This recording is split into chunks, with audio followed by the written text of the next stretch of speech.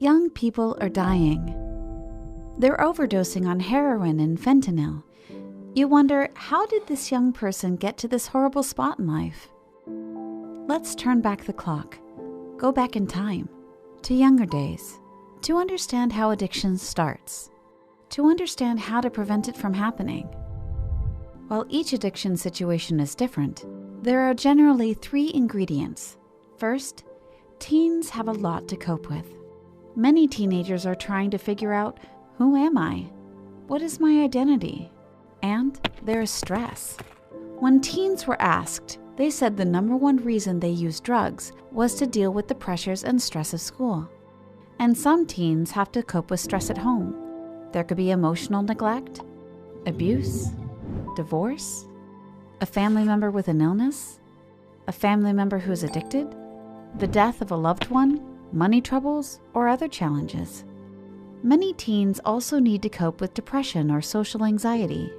In addition to a lot to cope with, some teenagers, through no fault of their own, have poor coping skills. Maybe their parent or parents have been caught up in their work or other family crises and do not even realize that their teenage child needs help. Maybe their parent or parents are struggling themselves and are simply not able to teach their kids how to constructively cope with life. And teens who experience day-to-day depression or social anxiety may develop an unwarranted negative self-image. This can make it tougher to cope.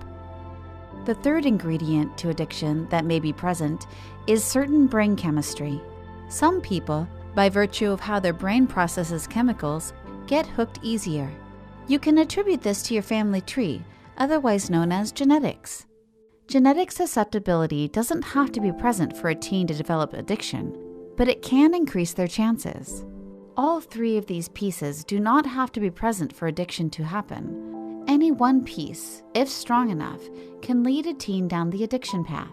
So how does addiction start? Here's what happens. A teen has a lot to cope with and poor coping skills.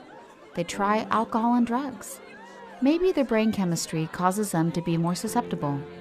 The teen's brain learns that, at least in the short term, the alcohol or drugs gives them a way to temporarily neglect or forget the stresses in their life, which is a flawed way of coping. That can become their identity. The party friend who is willing to try anything, or the friend who can get you drugs. It might give them a way to fit in socially and have fun. It might help them for a moment forget about their stress. The teen starts using alcohol or drugs more frequently. This is where things come apart. Repeated use does 3 things. The teen's brain has learned that, in the short term, alcohol and drugs can help them cope. With repeated use, this bad learning loop becomes ingrained and deeper.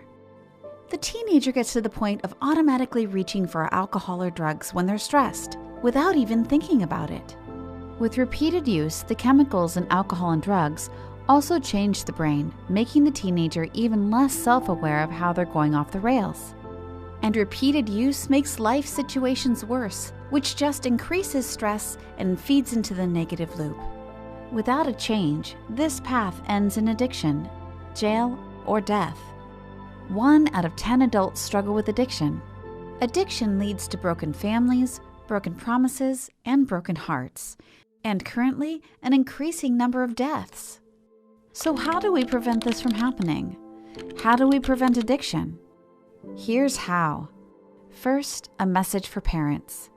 Spend concentrated one-on-one time with your kids, particularly when they get into middle school and all through high school and college. Truly listen to them with love and without judgment. Understand what they are coping with. Help them get through. If you need help, talk to an experienced professional.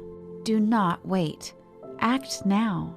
And remember, your child could simply be experimenting and have a brain more susceptible to alcohol and drugs. It could be that simple and scary. Or your child could be going through something that you're not fully aware of. There is inevitably a lot going through their head. When you get in a car accident in the wintertime, the accident doesn't happen when you hit the telephone pole. It happens 200 feet before that when you start skidding on the ice. Your child may be skidding right now, and neither they nor you even recognize it. Act now.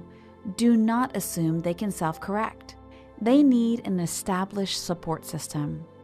Listen to them and help them immediately. Now, a message for teenagers. You are not alone. It may feel that way. Who else could be going through this or having these thoughts? But whatever you're experiencing, many others have experienced this too, and they've come out happy on the other end. Do not take on the identity of the party friend. It will kill you. You can find an identity without drug and alcohol dependency. Your true identity, a better identity. Finally, be open to receiving help from your family, a friend, or from a professional, wherever it comes from. When your body has an illness, you see a doctor. When your body has an injury, you see a physical therapist. But what about your brain? When you're on a bad path, a therapist can help you get on a positive one. The therapist can help you step back, gain perspective, and develop strong coping skills, no matter what life throws your way, like a personal trainer for the brain. Getting help is a strength, not a weakness. You deserve to be truly happy. You deserve to be comfortable with your own thoughts. You can be. Peace and love in memory of our oldest son, Alex.